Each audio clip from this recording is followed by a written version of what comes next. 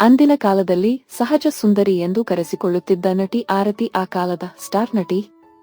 ಸ್ಯಾಂಡಲ್ವುಡ್ನ star ನಟರ ಜೊತೆ ನಟಿಸಿದ್ದ ಈ ನಟಿ ಜೀವನದಲ್ಲಿ ಮಡದಿರುವ ಕೆಲವು ಘಟನೆಯಿಂದ ಸಿನಿಮಾದಿಂದ ದೂರವಾಗಿ ಮದುವೆ ಆಗಿ ಅಮೆರಿಕಾದಲ್ಲಿ ನೆಲೆಸಿದ್ದಾರೆ. ಆದರೆ ಈ ನಟಿ ಅಮೆರಿಕಾದಲ್ಲಿ ಇದ್ದರೂ ಕೋಲಾರಕ್ಕೆ ಗುಟ್ಟಾಗಿ ಬಂದು ಹೋಗುತ್ತಾರೆ ಎನ್ನುವ ಸುದ್ದಿಯೊಂದು ಇದೆ. ಈ ಕುರಿತಾದ ಸಂಪೂರ್ಣವಾದ ಮಾಹಿತಿ ತಿಳಿಯೋಣ. ಆರತಿ ಕನ್ನಡ ಚಿತ್ರರಂಗದ ಖ್ಯಾತ ನಟಿ, ನಿರ್ದೇಶಕಿ. ಗೆಜ್ಜೆ ಪೂಜೆ ಚಿತ್ರದಲ್ಲಿ ನಾಯಕನ ತಂಗಿ ಪಾತ್ರದ ಮೂಲಕ ಚಿತ್ರರಂಗ ಪ್ರವೇಶಿಸಿದರು.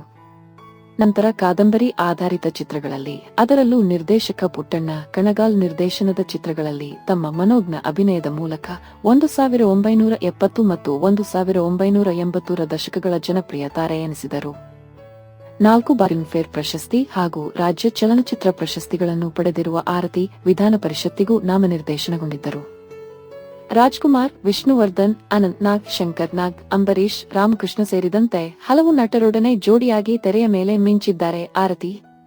ರಂಗನಾಯಕಿ, ಗೆಜ್ಜೆ ಪೂಜೆ, ಶರಪಂಜ, ನಾಗರಹಾವು, ಕಸ್ತೂರಿ ನಿವಾಸ, ಸತಿ ಸಕ್ಕುಬಾಯಿ, ಶುಭ ಮಂಗಳ ಸಿನಿಮಾಗಳಲ್ಲಿ ಅಭಿನಯಿಸಿರುವ ಆರತಿಯನ್ನು ಕನ್ನಡ ಚಿತ್ರರಂಗ ಎಂದು ಮರೆಯಲಾಗದು. ಅಂದು ಸಾಕಷ್ಟು ವಿಚಾರವಾಗಿ ಸುದ್ದಿಯಾಗಿ ಆರತಿ ಇಂದು ಎಲ್ಲಿದ್ದಾರೆ ಎನ್ನುವ ಪ್ರಶ್ನೆ ಆಕೆ ಅಭಿಮಾನಿಗಳಿಗೆ ಮೂಡುತ್ತದೆ. ಇದಕ್ಕೆ ಉತ್ತರ ಇಲ್ಲಿದೆ. ಸಿನಿಮಾ ರಂಗಕ್ಕೆ ತಮ್ಮನ್ನು ಪರಿಚಯಿಸಿದ್ದ ನಿರ್ದೇಶಕ ಪುಟ್ಟಣ್ಣ ಕಣಗಾಲ್ ಜೊತೆ ಆರತಿ ಮದುವೆಯಾದ ಬಳಿಕ ಅವರ ಸಿನಿಮಾ ಪಯಣಕ್ಕೊಂದು ಬ್ರೇಕ್ ಬಿದ್ದು ಹೋಗಿತ್ತು. ಕಾಲ ಕಳೆದಂತೆ ಮನಸ್ತಾಪ ಭುಗಿಲೆದ್ದು ಈ ಇಬ್ಬರ ನಡುವೆ ಅಂತರ ಹೆಚ್ಚುತ್ತಾ ಹೋದಂತೆ ಆರತಿ ದಾಂಪತ್ಯ ಮುರಿದುಬಿತ್ತು. ಮುಖ್ಯಮಂತ್ರಿ ರಾಮಕೃಷ್ಣ ಹೆಗಡೆ ಸಂಪುಟದಲ್ಲಿ ಪ್ರವಾಸೋದ್ಯಮ ಹಾಗೂ ಶಿಕ್ಷಣ ಮಂತ್ರಿಯಾಗಿದ್ದ ಎಂ ರಘುಪತಿ ಜೊತೆ ಸ್ನೇಹ ಹೊಂದಿದ್ದರು. ಸ್ವಲ್ಪ ಕಾಲದಲ್ಲೇ ಪುಟ್ಟಣ್ಣ ಕಣಗಾಲ್ ತೀರಿಕೊಂಡರು. ಬಳಿಕ ಆರತಿ ರಘುಪತಿ ಸ್ನೇಹ ಹೆಚ್ಚು ಕಾಲ ಬಾಳಲಿಲ್ಲ.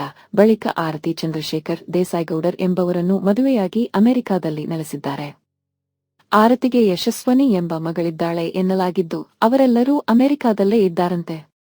ಆದರೆ ಆರತಿ ಈಗ ಹೆಚ್ಚಾಗಿ ಆಧ್ಯಾತ್ಮಿಕ ನೆಲೆಯಲ್ಲಿ ಜೀವನ ಸಾಗಿಸುತ್ತಿದ್ದು ಬದುಕಲ್ಲಿ ಶಾಂತಿ ನೆಮ್ಮದಿ ಕಂಡುಕೊಂಡಿದ್ದಾರಂತೆ. ಕೋಲಾರದ ಕೆಲವು ಹಳ್ಳಿಗಳನ್ನು ದತ್ತು ತೆಗೆದುಕೊಂಡು ಹಲವರ ಬದುಕಿಗೆ ಆರತಿ ಆಧಾರವಾಗಿದ್ದಾರೆ ಎನ್ನಲಾಗಿದೆ.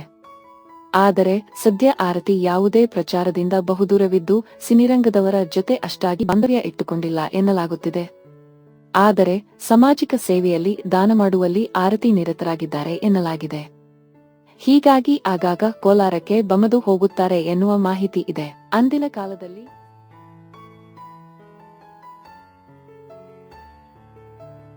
90ರ ದಶಕದ ಕನ್ನಡ ಚಿತ್ರಗಳನ್ನು ನೋಡಿದವರಿಗೆ ಕೀರ್ತನ ಎಂಬ ಬಾಲನಟಿ ಚಿರಪರಿಚಿತ.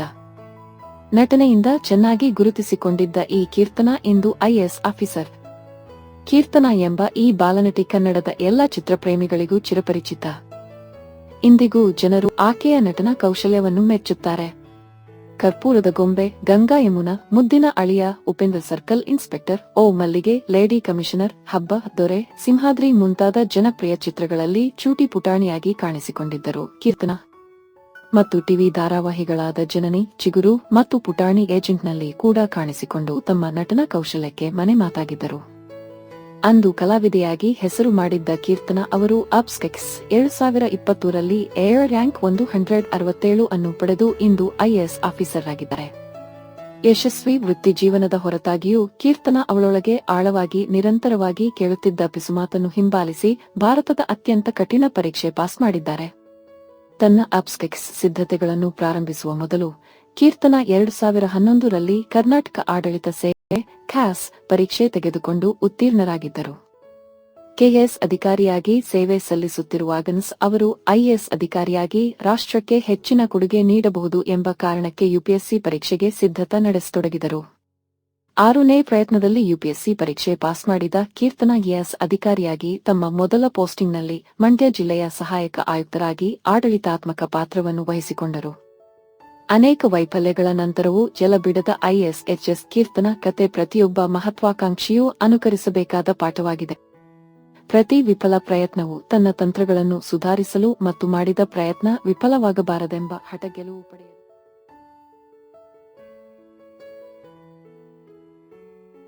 ಕನ್ನಡ ಚಿತ್ರರಂಗದಲ್ಲಿ ಕನಸಿನ ರಾಣಿ ಪಟ್ಟ ಪಡೆದು 80-90ರ ದಶಕದಲ್ಲಿ ಮಿಂಚಿದ್ದ ನಟಿ ಮಾಲಾಶ್ರೀ ಅವರು ಮೂಲತಃ ಕನ್ನಡದವರಲ್ಲ.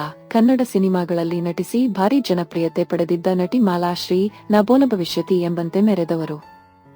ನಟ ರಾಘವೇಂದ್ರ ರಾಜ್ಕುಮಾರ್ ಜೋಡಿಯಾಗಿ ನಂಜುಂಡಿ ಕಲ್ಯಾಣ ಚಿತ್ರದ ಮೂಲಕ ಸ್ಯಾಂಡಲ್ವುಡ್ ಪ್ರವೇಶಿಸಿದ ನಟಿ ಮಾಲಾಶ್ರೀ ಮೊದಲ ಚಿತ್ರದ ಮೂಲಕವೇ ರಾತ್ರೋರಾತ್ರಿ ಸ್ಟಾರ್ ನಟಿಯಾಗಿ ಬಿಟ್ಟರು.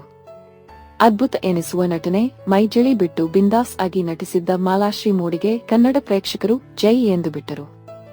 ನಂಜುಂಡಿ ಕಲ್ಯಾಣದ ಮೂಲಕ ಶುರುವಾದ ಮಾಲಾಶ್ರೀ ಚೈತ್ರಯಾತ್ರೆ ಬರೋಬ್ಬರಿ 1 ದಶಕಕ್ಕೂ ಹೆಚ್ಚು ಕಾಲ ಮುಂದುವರೆದಿತ್ತು. ಕನ್ನಡ ಚಿತ್ರರಂಗದಲ್ಲಿ ನಟಿ ಮಾಲಾಶ್ರೀ ಅವರಷ್ಟು ಜನಪ್ರಿಯತೆ ಹಾಗೂ ಸಂಭಾವನೆ ಪಡೆದ ನಟಿ ಅಲ್ಲಿಯವರೆಗೂ ಬೇರೊಬ್ಬರಿಲ್ಲ. ಈಗಲೂ ಕೂಡ ಸಂಭಾವನೆಯನ್ನು ನಟಿಯರು ಹೆಚ್ಚು ಪಡೆಯುತ್ತಿರಬಹುದು. ಆದರೆ ಮಾಲಾಶ್ರೀ ರೀತಿ ಮನೆಯಲ್ಲೂ ಮಾತನಾಡುವಷ್ಟು ಖ್ಯಾತಿ ಪಡೆದ ನಟಿ ಮತ್ತೊಬ್ಬರಿಲ್ಲ ಎಂದು ನಿಸ್ಸಂಶಯವಾಗಿ ಹೇಳಬಹುದು. ಅಂಥ ಮಾಲಾಶ್ರೀ ಮೂಲತಃ ಕನ್ನಡ ನಾಡಿನಲ್ಲಿ ಹುಟ್ಟಿ ಬೆಳೆದವರಲ್ಲ, ಆದರೆ ಈಗ ಕನ್ನಡ ನಾಡಿನ ಸೊಸೆಯಾಗಿದ್ದಾರೆ. ಹಾಗಿದ್ದರೆ ನಟಿ ಮಾಲಾಶ್ರೀ ಹಿನ್ನೆಲೆಯೇನು? ಎಲ್ಲಿಂದ ಎಲ್ಲಿಗೆ ಬಂದರು ಮಾಲಾಶ್ರೀ? ಹೌದು, ಮಾಲಾಶ್ರೀ ಮೂಲ ಪಂಜಾಬ್. ಪಾಂಡೆ ಕುಟುಂಬದ ಕುಡಿ ಮಾಲಾಶ್ರೀ ಕುಟುಂಬ ತುಂಬಾ ವರ್ಷಗಳ ಹಿಂದೆಯೇ ಹೈದರಾಬಾದ್ನಲ್ಲಿ ನೆಲೆ ಕಂಡಿತು.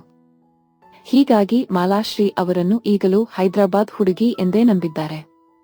ಮಾಲಾಶ್ರೀ ಬೆಳೆದಿದ್ದು ಹೈದರಾಬಾದ್ನಲ್ಲಿ. ಮೂಲ ಹೆಸರು ದುರ್ಗಾ ಪಾಂಡೆ. ಅದೇ ಹೆಸರಿನಲ್ಲಿ ಸಾಕಷ್ಟು ಸಿನಿಮಾ ಆಡಿಷನ್ಗಳನ್ನು ಸಹ ಮಾಲಾಶ್ರೀ ಎದುರಿಸಿದ್ದರು ಎನ್ನಲಾಗಿದೆ. ಕನ್ನಡದ ನಂಜುಂಡಿ ಕಲ್ಯಾಣ ಸಿನಿಮಾಕ್ಕೆ ತಮ್ಮ ಮಗ ರಾಘವೇಂದ್ರ ರಾಜ್ಕುಮಾರ್ ಅವರಿಗೆ ದುರ್ಗಾ ಅವರನ್ನು ಆಯ್ಕೆ ಮಾಡಿದ ಪಾರ್ವತಮ್ಮ ರಾಜ್ಕುಮಾರ್ ಅವರು ಮಾಲಾಶ್ರೀ ಎಂದು ಹೆಸರಿಟ್ಟರು. ಬಳಿಕ ನಡೆದಿದ್ದು ಪವಾಡ ಎಂಬಂತೆ ದುರ್ಗಾ ಅವರು ಮಾಲಾಶ್ರೀ ಹೆಸರಿನಲ್ಲಿ ಕನ್ನಡ ನಾಡಿನ ತುಂಬಾ ಖ್ಯಾತಿ ಪಡೆದು ಕನಸಿನ ರಾಣಿಯಾಗಿ ಮೆರೆದರು. ಮಾಲಾಶ್ರೀ ಕಾಲವನ್ನು ಈಗ ಗತ ವೈಭವ ಎನ್ನಬಹುದು. ಸ್ಟಾರ್ ನಟರು ಸೇರಿದಂತೆ ಅಂದಿನ ಎಲ್ಲಾ ನಟರೊಂದಿಗೆ ನಟಿಸಿರುವ ಹೆಗ್ಗಳಿಕೆ ಮಾಲಾಶ್ರೀ ಅವರದ್ದು. ಬಳಿಕ ಅವರು ನಿರ್ಮಾಪಕ ರಾಮು ಅವರನ್ನು ಮದುವೆಯಾಗಿ ಕನ್ನಡ ನಾಡಿನ ಸೊಸೆಯಾಗಿದ್ದಾರೆ. ಈಗ ಮಾಲಾಶ್ರೀ ಮಗಳು ಆರಾಧನಾ ರಾಮ್ ಕಾಟೇರಸ್ ಚಿತ್ರದ ಮೂಲಕ ಸಿನಿ ಜರ್ನಿ ಶುರು ಮಾಡಿದ್ದಾರೆ. ಕನ್ನಡ ಚಿತ್ರರಂಗದಲ್ಲಿ ಕನಸಿನ ರಾಣಿ ಪಟ್ಟ